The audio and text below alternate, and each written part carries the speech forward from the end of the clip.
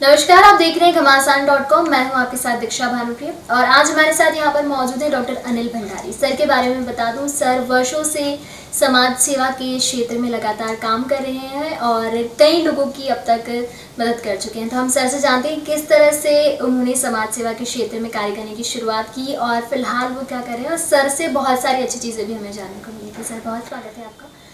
सबसे पहले मैं वैसे तो सभी जानते हैं आपके बारे में, आपके कामों के बारे में, लेकिन फिर भी मैं आपके बारे में थोड़ा जानना चाहूँगी कि आप कहाँ से हैं, आपकी फैमिली बैकग्राउंड क्या है, ताकि दर्शक थोड़ा और जान सके आपके बारे में। घमासान चैनल के सभी दर्शकों को बहुत बहुत नमस्कार। और आज का जो विषय है मानव सेवा ही माधव सेवा है, उससे मैं चालू करूँगा।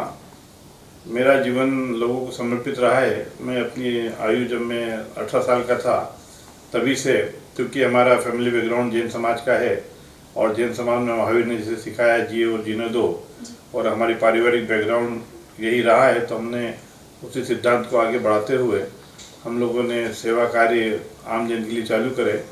और विशेष रूप से जब कम उम्र में मुझे प्रेरणा मिली दीपचंद भाई गार्डी जैसे तमाम समाज सेवियों की, जो समाज को अपने जीवन में जो अर्थ कमाया था उससे समाज को कुछ देना चाहते थे, वही मुख्य उद्देश्य को लेकर मैं आगे बढ़ा। मेरी पारिवारिक पृष्ठभूमि भी समाज दान धर्म की रही है और हमने धीरे धीरे लोगों को मदद करना चालू करी। उसके बाद हमने कई प्रोजेक्ट डाले जिसमें मेरे परिवार का भी साथ रहा। अभी मेरा जो उसमें फिर मैंने उसमें अपने एजुकेशन के बाद में इसी में पीएचडी करी, क्योंकि एक लंबा अरसा मेरा समाज सेवा में निकल गया था। तो मैंने इनोवेटिव आइडियाज़ इन सोशल वर्क में पीएचडी करी और मेरे बिजनेस के साथ साथ तो मेन कॉन्सेप्ट मेरी लाइफ में मेरी सेवा का ये है कि how to utilize the waste of the country. कि चूँकि हम भारत एक डेवलपिंग कंट्री हैं, तो आज आपने देखा होगा कि 1000 रुपये दे के 1000 की सेवा करने वाले तो आपको पूरे देश में मिल जाएंगे। और मेरे लगभग 90% कॉन्सेप्ट ऐसे हैं जिसमें हम 1 रुपये लगा करके वो 20 रुपये का मार्केट वैल्यू की सेवा आम जन तक कैसे पहुँचे, वो हमारा मुख्य उद्देश्य है। जैसे मैं चालू करूं, हमारी मैंने अपने हेल्थ के सेक्टर में, इन्वायरमेंट के सेक्टर में, एजुकेशन के सेक्टर में, कल्चर के सेक्टर में, मेरा लगभग सभी सेक्टरों में काम रहा है। और अभी लगभग 25 ऑर्गेनाइजेशन में मैं एक्टिवली पार्टिसिपेट हूँ, जहाँ पे मैं कहीं अध्यक्ष हूँ, कहीं सेक्रेटरी हूँ। मगर मैं अपना जीवन मैंने अपना एक कार्यकर्ता के रूप में बना रखा है कि मैं हर संस्था में अपने आप को कार्यकर्ता मानता हूँ। और हमारा मुख्य उद्देश्य, जैसे कि हम मानव सेवा में हम हेल्थ का सेक्टर लें, सहायता हमारी संस्था है जिसको लगभग 30 साल हो गए हैं। एमवाई अस्पताल में उसका हेडक्वार्टर है, मध्य प्रदेश में उसके करीब 20 ब्रांचेस हैं। अब आप देखिए, उसमें हम लोग रोजाना 24,000 लोगों को दवाइयाँ फ्री देते हैं सारे सेंटर्स में मिला के, और लगभग हम 2-3 हज़ार जाँच पर डे कराते हैं और उनका हाई प्रोटीन डाइट देते हैं। ये तमाम सारे काम करते हैं। अब इसके पीछे कॉन्सेप्ट ये है कि हम लोगों के यहाँ पे 350 सीनियर सिटीजन हैं जो रिटायरमेंट के बाद, कोई इंजीनियर है, कोई डॉक्टर है, कोई चीफ कमिश्नर इनकम टैक्स है, कोई डीजी है, कोई आईजी है, कोई प्रिंसिपल है, ऐसे लोग रोजाना हमारे 350 लोग सर्विस देने आते हैं डिफरेंट सेंटर पे। अब इसका कॉन्सेप्ट समझिए कि वो लोग जो अपना रिटायरमेंट के बाद घर पे बैठे हैं, जिनकी 1-2 लाख रुपये महीने की स्किल है, और हमारे सेवा देने आते हैं।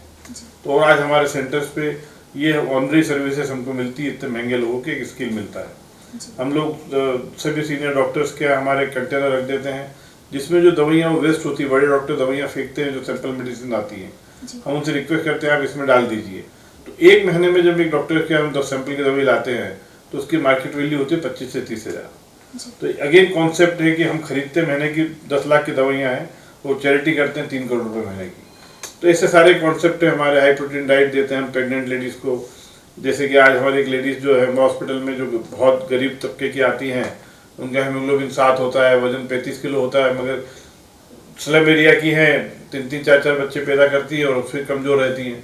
अब आप मानिए कि उनका प्रोडक्ट क्या निकलेगा, उनका प्रोडक्ट वो निकलता है कि अनहेल्दी बच्चे पैदा होते हैं। तो हम 5वें महीने की प्रेगनेंसी से 9वें महीने तक प्रेगनेंसी में उनको हम लोग हाई प्रोटीन डाइट देते हैं। इसमें सोयाबीन फ्लोर है, गुड़ है, आटा है, चने का आटा है, मूंगफली का दाना है।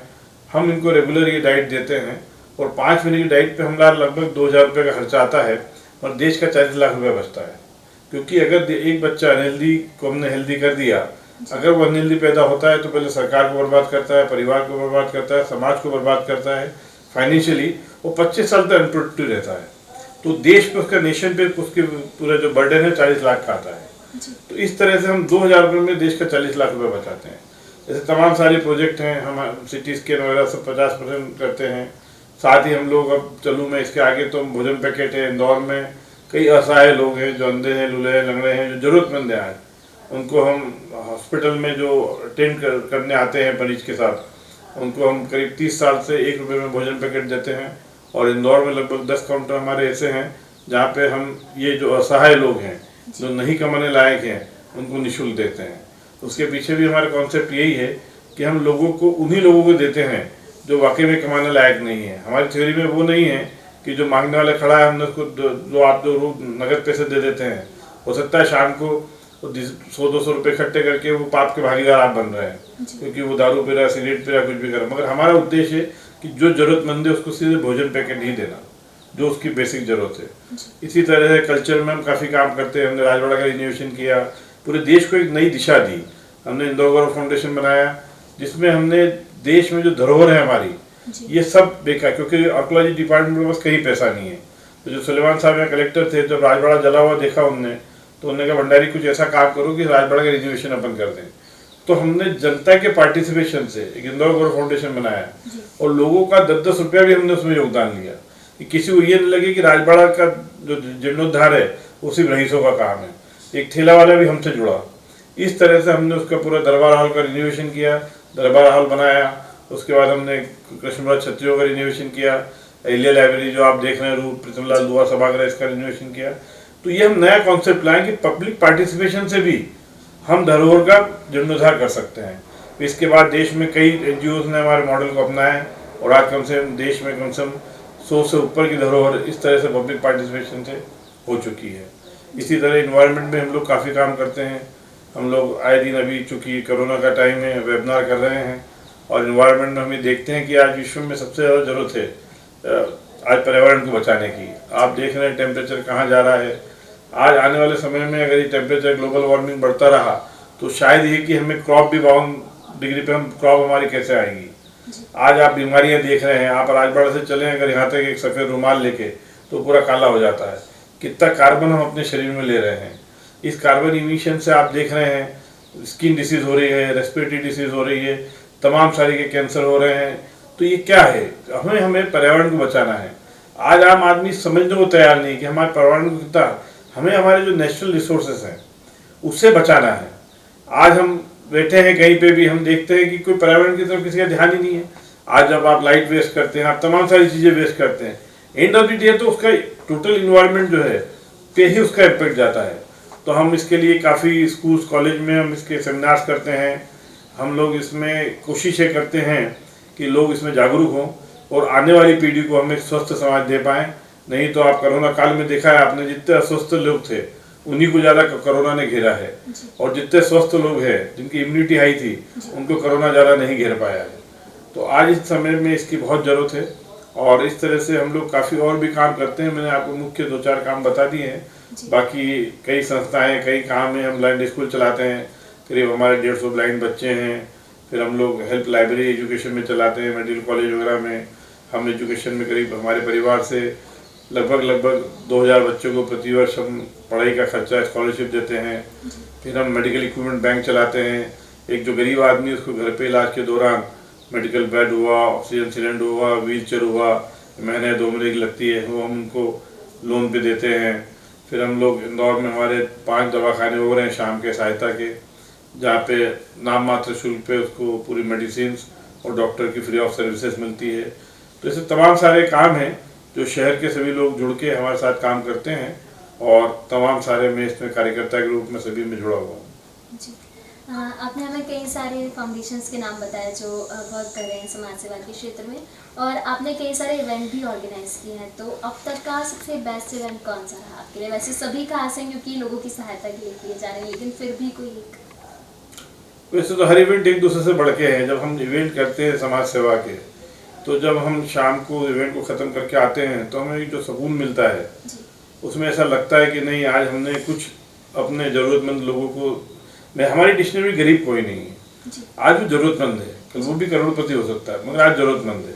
तो एक हमने अपने ज़रूरतमंद भाई की या बहन की सेवा करी है, तो उसके आंखों में जब आंसू और ये देखते हैं तब हमें लगता है कि नहीं, हमने अपने समाज ने हमको जो दिया है उसका ऋण हमने चुकाया है। इवेंट में हमारा सबसे बड़ा इवेंट तो हुआ था कि जिसमें हमारे 25,000 लोग ने शिरकत करी थी यहाँ पे क्रिकेट स्टेडियम में, जिसमें कि हमने ब्लाइंड क्रिकेट कराया था इंग्लैंड वर्सेस इंडिया का, और होकर स्टेडियम में कराया था। और इंदौर के 25,000 लोगों ने उसको देखा। आप सोच रहे होंगे ब्लाइंड क्रिकेट टेस्ट मैच के तरीका होता है, जैसे अपना वर्ल्ड कप होता है जनरल क्रिकेट का, वैसे उस क्रिकेट का मैच हुआ था और छर्रे वाली बॉल से खेलते हैं। उसमें 25,000 दर्शक आए थे। यह मेरा सबसे बड़ा इवेंट था। और अगर हम मानवता के हिसाब से देखें तो मेरा तो हर सुबह एक नया इवेंट होता है, हर शाम एक नया इवेंट होता है। जी। और भी कितने लोग जुड़े हुए हैं आपके साथ जो समाज सेवा के? मेरी अलग अलग संस्थाओं में कई लोग जुड़े हैं। जी। हमारे जैसे मैंने आपको बताया 350 लोग सहायता संस्था में जुड़े हैं। जी। सदाचार समिति में हमारे साथ कम से कम 150 लोग जुड़े हैं। तो तमाम सारी संस्थाओं में साथ अलग अलग जुड़े हैं। उस फील्ड के जो मास्टरमाइंड्स हैं वो जुड़े हैं। और ये सारी हमारी, एक बात आपको बता दूं, हमारा एक सेवाधाम प्रोजेक्ट है उज्जैन में, जहां हम देश के 500 लोगों को रखते हैं। उससे मैं आप इस माध्यम से बताना चाहूँगा, वो ज़रूर विजिट करें। वो देश में एकमात्र मेरा सेवाधाम सेंटर है उज्जैन में, 13 किलोमीटर दूर अम्बोदिया में। पूरे देश के जहाँ पे रोडों पे पड़े हैं ऐसे लोग हमको चीफ मिनिस्टर भेजते हैं, कलेक्टर्स भेजते हैं, वो मेरे यहाँ के रहते हैं। जिसमें हमारे यहाँ मेंटली रिटायर्ड लेडीज़ हैं, बच्चे हैं, वो ऐसी गंभीर बीमारियों से लेके आते हैं और वो उनकी डेथ हमारे यहाँ होती है, जिनको हम साफ सुथरा करके उनको बीमारी से दूर करते हैं और हमारे रखते हैं। अभी लगभग 630 लोग मेरे यहाँ पे हैं सेवाधाम उज्जैन में। वो बड़ा देखे काबिल तारीफ प्रोजेक्ट है, जो हमारे देश का सबसे बड़ा प्रोजेक्ट है। हमारे इस तरह का देश में जो निराश्रितों को रखने का प्रोजेक्ट है वो सबसे बड़ा है। और साथ ही तमाम सारी संस्था में लोग जुड़े हैं। और कोई भी, आप जानते हैं, कोई भी संस्था को अकेला नहीं चला सकता है। अगर आपके टीम वर्क नहीं हो तो कोई काम नहीं होता है। तो ये सारा काम टीम वर्क का है। हाल ही में कोरोना में हमारी सारी संस्थाएं जुटी रही, सतत पिछले 11 महीने से काम कर रही है। और संस्थाओं में अलग लोग, समय में अलग लोग जुड़े हैं। जैसे एमपी किडनी फाउंडेशन है, उसमें सारे नेफ्रोलॉजिस्ट डॉक्टर्स हैं, यूरोलॉजिस्ट डॉक्टर्स हैं। तो तमाम सारी संस्थाओं में अलग अलग लोग अलग अलग तरह से जुड़े हुए हैं। जी। अगर कोई जुड़ना चाहता है इतनी सारी संस्थाएं उनमें, तो कैसे जुड़ सकता है? उसके 2 तरीके हैं। या तो मेरी वेबसाइट है anilbhandari.org, उस पर जाके मुझसे संपर्क कर लें। और नहीं तो मैं इंदौर में ही रहता हूँ, यहाँ पे मुझसे कांटेक्ट कर सकता है। फिर मेरी सभी संस्थाओं के बारे में जानकारी ले सकता है। फिर उसके जो इंटरेस्ट का फील्ड है, अगर उसे भोजन पैकेट योजना है, जो हमारी हम 25,000 पैकेट रोज भोजन के बांटते हैं, या उसको हेल्थ में इंटरेस्ट है, या उसको इन्वायरमेंट में इंटरेस्ट है, या उसको कल्चर में इंटरेस्ट है, तो उसको जिस संस्था से जुड़ना है उसका जो लाइन ऑफ एक्शन, जो उसका इंटरेस्ट का विषय है, तो मैं चाहता हूँ वो आए, सारी संस्थाएं देखें और उसमें जिससे जुड़ना है जुड़ सकता है, अपना कुछ समय दे सकता है। क्योंकि मैंने जीवन में सिद्धांत देखा है कि अगर आपने जीवन में अपने हर व्यक्ति को अपना 10% जीवन का हमेशा कोई ना कोई समाज सेवा, जो समाज ने आपको दिया, उसका ऋण चुकाना चाहिए। और उससे जो सेटिस्फेक्शन मिलता है वो मेरा नहीं मानना है कि आप 100 करोड़ में भी वो कमा सकते हैं। जो मेंटल सेटिस्फेक्शन आप आज हम और आप काहे के लिए करते हैं, आज दुख और सुख क्या है। आज आपने सोचा ये अच्छा काम है, हो गया तो आप सुखी होते हैं। आपने सोचा ये काम है, नहीं हुआ तो आप दुखी होते हैं। तो दुख और सुख हमारी आकांक्षा और आकांक्षा के बीच की एक दूरी है। तो मेरा ये मानना है कि अगर हर व्यक्ति अपने जीवन का, कोई जरूरी नहीं कि पैसे से ही समाज सेवा होती है, अगर वो 8वीं क्लास में पढ़ा हुआ है तो वो हर संडे कोशिश करे कि मैं 5 बच्चों को, मैं अपने संडे को 5 बच्चे, 5वीं क्लास के बच्चे पढ़ाऊंगा। तो आज मैं सोच लिया कि आज मैं संडे को 2 घंटे मेरे पास नौकरी के बाद टाइम मिलता है, तो मैं आज शहर में घूमूंगा, जितने बुजुर्ग लोग हैं उनकी मदद करूंगा, कोई रोड पर अंदर जा रहा है उसको रोड क्रॉस कराऊंगा। तो सेवा का भाव आप कहीं से भी, किस तरह से भी कर सकते हैं। आप उसको फिजिकली भी कर सकते हैं, आप उसको फाइनेंशियली भी कर सकते हैं, आपने जो एजुकेशन ली है उसका भी कॉन्ट्रीब्यूशन उसमें कर सकते हैं। तो बस मेरा ये कहना है कि हर आदमी को अपने अच्छे काम, समाज का दिया हुआ ऋण चुकाते हैं तो उसके बुरे वक्त में वो संबल के रूप में काम आता है। तो मेरा मानना है कि अगर हर व्यक्ति ये तय कर ले कि 10% में समाज सेवा करूँगा, तो शायद हमारी भारत की 50% प्रॉब्लम्स जो हमारे ज़रूरतमंद लोगों की ख़त्म हो जाएगी। और आगे हमारा कई प्लानिंग है। हम लोग एक वर्किंग आवर्स बैंक बनाने जा रहे हैं, जिसमें कि आज बुढ़ापे में हमें जो ज़रूरत पड़ती है, तो उसके लिए अगर मैं आज यंग हूँ तो मैं आज कुछ बुजुर्गों की जब सेवा कर दूंगा तो उतने घंटे मेरे इसमें क्रेडिट हो जाएंगे। जी। और जब मैं बुजुर्ग हूँगा तो वही संस्था को मैं कहूँगा कि आज मुझे 3 घंटे की जरूरत है, तो मेरे अगर 5,500 घंटे जमा है तो उस टाइम जो नई जनरेशन आएगी उस बैंक में वो फिर हमें समय देगी। तो हमारा एक वर्किंग है, अपने कर्म का बैंक हम खोल रहे हैं, जो आज आदमी उसमें सेवा करके अपने क्रेडिट कर सकता है, और उसको जब बुजुर्ग होगा, जब उसको जरूरत पड़ेगी तो उन्हीं लोगों की मदद से वो उसका अपना काम कर सकता है। समाज सेवक होने के नाते आप समाज से काफ़ी पास से जुड़े हुए हैं, तो आपको क्या लगता है कि अभी भी हमें समाज में किन बदलावों की ज़रूरत है? हालांकि सोसाइटी में अब काफ़ी सारे चेंजेस आ गए हैं, लेकिन उसके बाद भी क्या कुछ बदलाव हैं जिनकी हमें ज़रूरत है? बदलाव संस्कारों की है। आज हमारे आप कोई भी फील्ड लेंगे, अभी हमारा जो मॉरल है आज भी उसमें हमने विजय नहीं पाई है। जी। आज हमारे जो बच्चे हैं, जो नई जनरेशन है, आज उनमें संस्कार विलुप्त होते जा रहे हैं। जी। धर्म, स्वाध्याय, संस्कार, ये सब विलुप्त होते जा रहे हैं। आज हमारे बच्चों को संस्कारों की जरूरत है। आज हमारी जनरेशन के बाद में एक लंबी प्रॉब्लम आ जाएगी, क्योंकि हमारी जनरेशन तो हमने लोगों ने देखा है, थोड़ा संस्कार है, माता पिता की सेवा करना है, बुजुर्गों की सेवा करना है। और आने वाले समय में मैं देखता हूँ कि आज किसी ज़माने में हमें वृद्धाश्रम की 10% जरूरत पड़ती थी, आज देखिए वृद्धाश्रम की कितनी जरूरत पड़ रही है। तो ये है कि जो हमारे बच्चों में संस्कार खत्म होते जा रहे हैं, और दुनिया कभी भी टिकेगी और भारत विश्व गुरु बनेगा तो संस्कारों की वजह से ही बनेगा। तो आज भी हमें ये देखना है कि हम जो पश्चिमी सभ्यता को अपनाने की दौड़ में हम हमारी संस्कृति को भूलते जा रहे हैं, ये भविष्य में मेरे ख्याल से भारत के लिए बहुत दुर्भाग्यपूर्ण रहेगा। महिलाएं हर क्षेत्र में आगे बढ़ चुकी हैं, कई चीज़ें चलाई जा रही हैं महिलाओं के लिए जो काफ़ी अच्छी हैं, लेकिन फिर भी अभी भी महिलाओं के लिए हमें किन चीज़ों को करना बाकी है, या आपकी किसी संस्था की ओर से महिलाओं के लिए कुछ किया जा रहा है? मेरी लगभग सभी संस्थाओं में महिलाएं जुड़ी है। मेरे घर में ही मेरी महिला जुड़ी है। मेरी वाइफ जो है वो मेरा पूरा मेडिकल इक्विपमेंट बैंक संभालती है, हाई प्रोटीन डाइट बनाने का काम संभालती है, मेडिकल इक्विपमेंट बैंक, तमाम सारी चीज़ें संभालती है। महिलाओं का समाज सेवा में तो योगदान है ही, पर महिलाएं आप देखिए ना, मैं आप नाम शुरू से आज महिलाओं का पूरे विश्व में हर क्षेत्र में लगभग बराबरी पे आ गई है। आप कल्पना चावला से लेकर के नासा से लेकर मैं आपको 100 नाम गिना सकता हूँ। तो महिलाएं आज बहुत आगे बढ़ चुकी है। आज अभी वर्ल्ड की टॉप 100 कंपनीज में 7 कंपनी में महिला सीईओ हैं। मैं ऐसे आपको तमाम एग्जांपल्स दे सकता हूँ। तो महिलाओं का सशक्तिकरण बहुत जरूरी है, क्योंकि आज जो है हम जैसे मान के चले 50-50 है अगर पुरुष और महिलाएं, तो अभी पूरे विश्व में क्या हो गया था, आज से 50 साल पहले महिला के पास 10% पावर था और 50% पुरुष के पास था, पर आज वो 40% पे आ गया है। तो महिलाओं का जब तक उत्थान नहीं होगा तब तक हमारे विश्व का उत्थान नहीं होगा। आज आपको बताइए कि एक महिला आज बिना पढ़ी लिखी भी होकर उसके घर का मैनेजमेंट देखिए, वो आज MBA बात करती है। अगर एक महिला को हमने, एक बच्ची को हमने पढ़ा लिखा दिया तो आप समझिए 7 जनरेशन सुधर जाती है, जबकि एक पुरुष पढ़ने से एक जनरेशन सुधरती है। तो महिलाओं का बहुत अलग। आप तो अपने इतिहास में, शास्त्रों में कहा है मातृशक्ति सबसे महान है।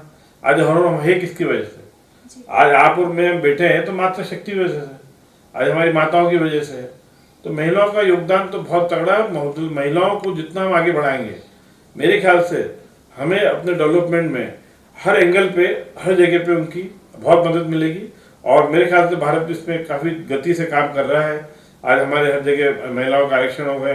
हम पहले कभी राजनीति में महिलाएं नहीं देखते थे, आज हम देखते हैं महिला मेयर है, आज महिला MLA है, महिला मेंबर ऑफ पार्लियामेंट है, महिलाएं हमारे यहाँ पे आज तक 47 में लें तो कितनी महिलाएं थी राजनीति में। ऐसे आप एजुकेशन के क्षेत्र में लें, आज आप हेल्थ के सेक्टर में लें, तमाम जगह आप देखिए महिलाएं बहुत आगे बढ़ रही है। और महिलाएं निश्चित, महिलाओं में सबसे बड़ी बात बताऊं मैं आपको, अपार्ट फ्रॉम दिस रिकॉर्ड, महिलाओं की जो कार्यशैली, कार्य क्षमता है वो पुरुषों से 2 गुना है। क्योंकि जो सिंसियरिटी महिलाओं में है वो अभी भी पुरुषों में नहीं है। आप 2 कंप्यूटर पर काम दे दीजिए, एक जेंट्स को एक लेडीज को, शाम को आप रिजल्ट देखिए, लेडीज का अगर 120% काम होगा तो पुरुष का 80% होगा। तो महिलाओं की सिंसियरिटी, महिलाओं का योगदान निश्चित ही, वो दिल से जो काम करती है और देश के संवारने में, डेवलपमेंट बहुत बड़ा रोल है। हमारे समाज के सभी लोगों को कोशिश करना चाहिए कि हम लड़कियों को पढ़ाएं, लड़कियों को आगे बढ़ाएं और महिलाओं को उचित स्थान, उनका दर्जा दें।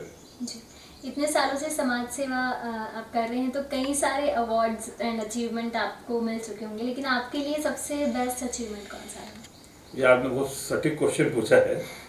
मैंने अभी ये मेरी कसम अभी कुछ 1 महीने पहले टूटी है जी। मैंने अपने जब से समाज सेवा चालू करी है, मैंने 2 चीज़ की कसम खा रखी थी कि मेरा फेलिसिटेशन नहीं करूँगा और अवार्ड नहीं लूँगा और मैं कहीं चीफ गेस्ट नहीं बनूँगा। किसी कार्ड पे आज तक मेरा 40 साल में चीफ गेस्ट या अतिथि के रूप में आज तक नाम नहीं आया।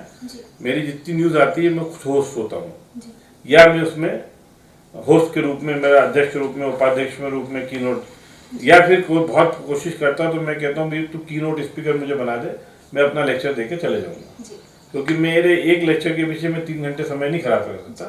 तो ये कसम तो आज तक चल रही है। अवार्ड की मैंने कसम खा रखी थी और अभी हाल ही में ये अवार्ड की कसम, ये जो अवार्ड आप देख रहे हो इसने तोड़ी है। पूना में एक ये सूर्यदत्ता अवार्ड होता है जो देश के जाने वाले अब्दुल कलाम साहब से लेकर कई लोगों को मिल चुका है। तो इनने कहीं से मेरा सिलेक्शन किया और पिछले महीने की 7 तारीख को, हाँ 2 महीने पहले 7 तारीख को अवार्ड पूना में राज्यपाल द्वारा मिलना था हम 10 लोगों को। तो मैंने जैसे तैसे उनको करके कहा कि नहीं साहब मैं तो नहीं आ पाऊंगा और मेरी ये कसम है, तो जैसे तैसे मैंने उनको रिफ्यूज़ कर दिया।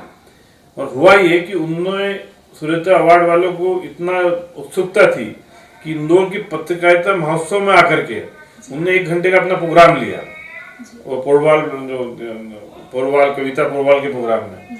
बोले वो इंदौर आ गए कि हमें ये तो अवार्ड आपको देने ही नहीं, आप पूरा नहीं आ पाए तो यहाँ देना है। तो पहली बार ये मैंने अपने 38 साल के जीवन में पहली बार ये अवार्ड अभी पिछले महीने पत्रकारिता महोत्सव में लिया। चूंकि मैंने उनको रिफ्यूज़ कर दिया था मगर वो इंदौर देने आ गए, उसके लिए इंदौर में फंक्शन किया। 9 अवार्ड उन्होंने वहाँ दिए, 1 अवार्ड अभी इंदौर में दिया।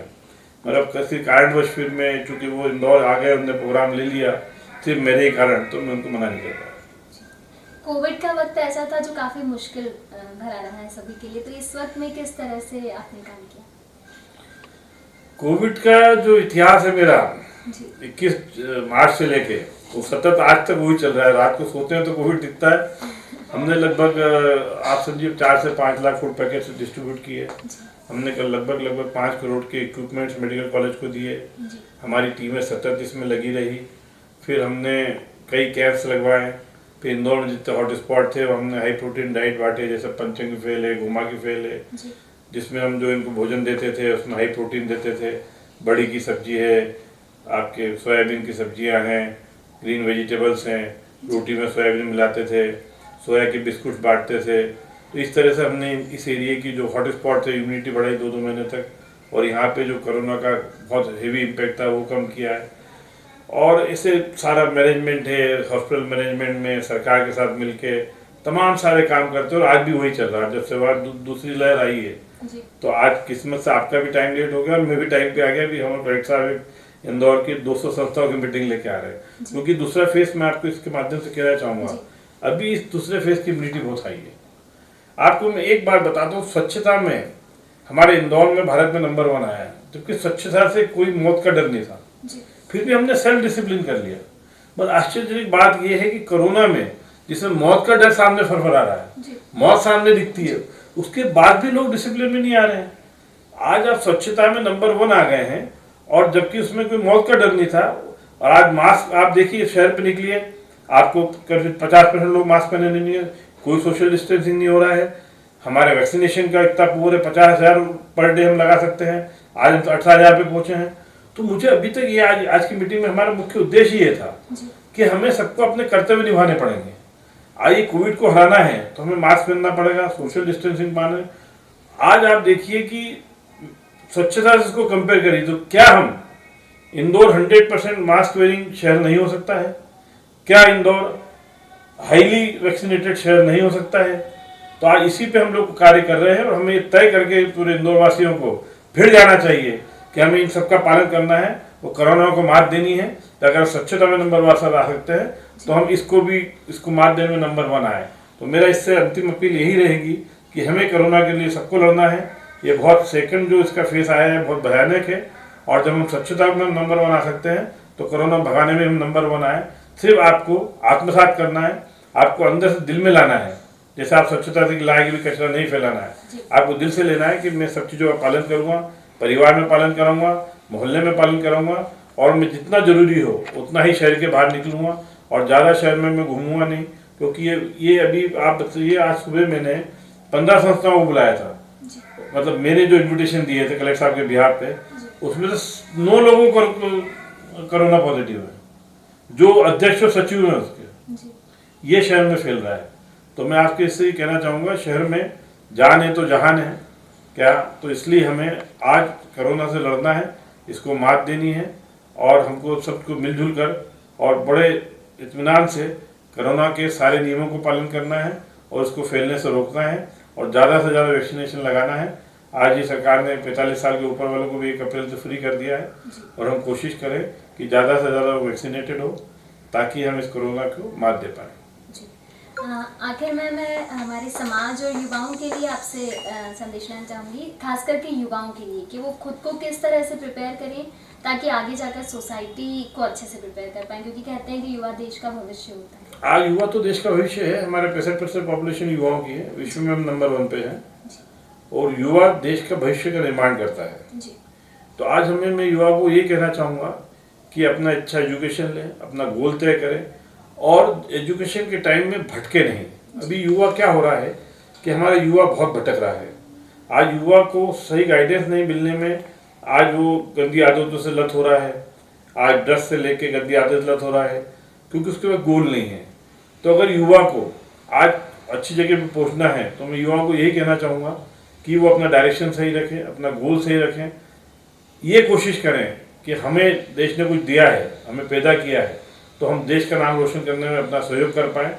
ना कि उनको अभी करना ये कि अपनी जितनी नकारात्मक सोच है उसको हटा करके उनको सकारात्मक सोच की तरफ जाना है, जो गांधी ने कहा है। अगर गांधी को पढ़े युवा कि हमें डिस्ट्रक्टिव काम से कंस्ट्रक्टिव काम की ओर जाना है और नकारात्मक सोच से सकारात्मक सोच की ओर जाना है। और इसी आपाधापी में आप देखिए बच्चे सुसाइड कर रहे हैं, ये कर रहे हैं।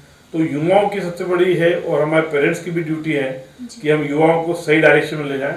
तो युवाओं से यही कहना चाहूँगा कि देश का भविष्य आपके हाथ में है। अगर आपने अच्छी उन्नति करी तो निश्चित देश की उन्नति होगी। आप सही डायरेक्शन में, सही गोल में अपनी पढ़ाई करें। पढ़ाई के बाद जो आपका सामर्थ्य है देश के, आप खुद उसको कमाएं, आप अर्थ कमाएं और देश के सामर्थ्य में अपने अच्छे कामों में लगाएं। डॉक्टर भंडारी जी से हमने कई बातें जानी। सर पिछले कई वर्षों से समाज सेवा के क्षेत्र में काम कर रहे हैं, सभी जानते हैं कि वो किस तरह के काम कर रहे हैं और आज सर से भी हमने बात की है। सर ने एक बात कही है कि कोविड को लेकर अभी भी हमें सजग रहने की ज़रूरत है, क्योंकि दूसरी जो लहर आई है वो हमारे लिए खतरनाक हो सकती है। तो यही अच्छा है कि हम कोविड के नियमों का पालन करें।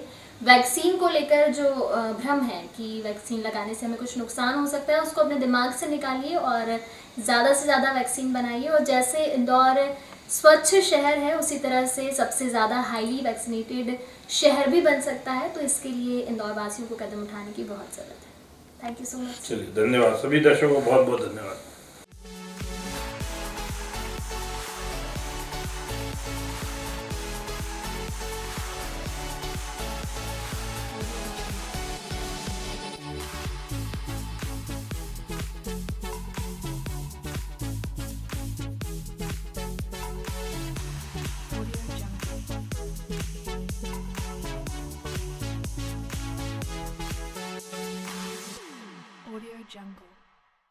Subscribe our channel and press the bell icon for more updates.